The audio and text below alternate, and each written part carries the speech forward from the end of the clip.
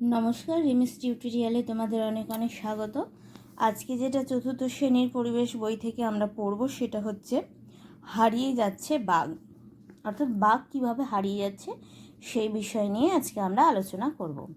সেদিন সকালে রেডিওতে খবর শুনেছে টুকুন, বাঘকে বিলুপ্তির হাত থেকে বাঁচাতে আরও অনেক ব্যবস্থা নেওয়া হবে। স্কুলে এসে স্যারকে জিজ্ঞেস করলো বাঘ কেন বিলুপ্ত হবে। স্যার বললেন মানুষ সব জঙ্গল কেটে ফেলছে, বাঘের থাকার জায়গা কমে যাচ্ছে, জঙ্গলে হরিণ শুয়োর এইসব কমে যাচ্ছে, বাঘ খাবে কি? আবার চোরা শিকারীরা বাঘের চামড়া নখ হাড় এইসবের লোভে বাঘ মেরে ফেলছে, ফলে বাঘের সংখ্যা এত কমে যাচ্ছে যে সবাই মনে করছে একটা বাঘও আর পৃথিবীতে থাকবে না। তখন বলা হবে যে বাঘ বিলুপ্ত হয়ে গেছে। সেটা যাতে না হয় তার জন্য সরকারের বন বিভাগ এবং আরও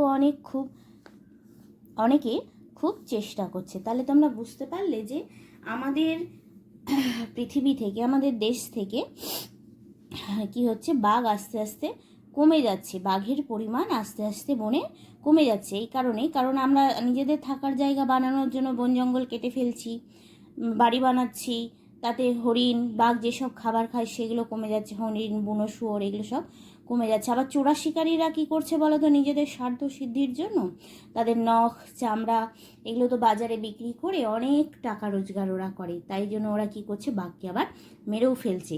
তাই এইসব কারণ যাতে আর না ঘটে সেই জন্য বন বিভাগের তরফ থেকে কিছু ব্যবস্থা নেওয়া হয়েছে।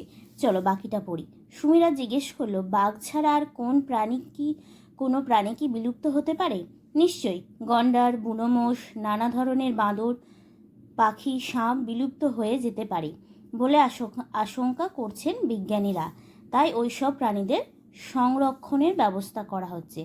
শুধু যে বাঘ বিলুপ্ত হচ্ছে সেটা না, আরও যেসব অনেক রকম প্রাণী আছে তারাও কি হয়ে যাচ্ছে, আস্তে আস্তে বিলুপ্ত হয়ে যাচ্ছে। তাই এইসব কারণ যাতে না ঘটে তাই কি করা হচ্ছে, সংরক্ষণের ব্যবস্থা করা হচ্ছে।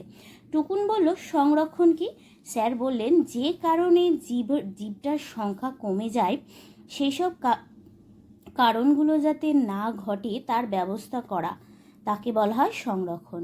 যেমন বন জঙ্গল না কাটা, যেখানে প্রাণীদের খাবার ও তেষ্টার জল যাতে যথেষ্ট পরিমাণে থাকে তার ব্যবস্থা করা, চোরা শিকারীরা যেন তাদের মারতে না পারে সেই দিকে লক্ষ্য রাখা।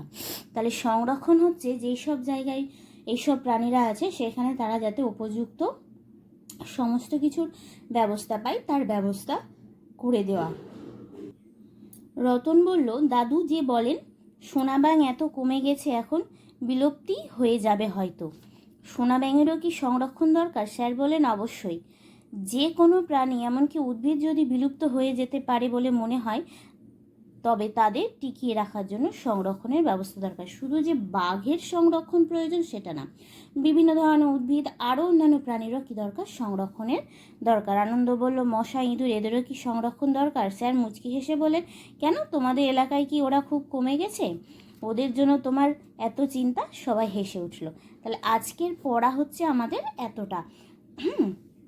এই পাতাটা আজকে আমরা বুঝলাম। তাহলে বাঘ কী করে কমছে সেটা আমরা আগে জানলাম, তারপর তাকে কি করে বাঁচাতে হবে সেটা আমরা জানলাম। ঠিক আছে, তোমরা এই টপিকটা আজকে পড়ো, পরের পাতার পড়াটা আমরা আবার কালকে শুরু করব। ধন্যবাদ।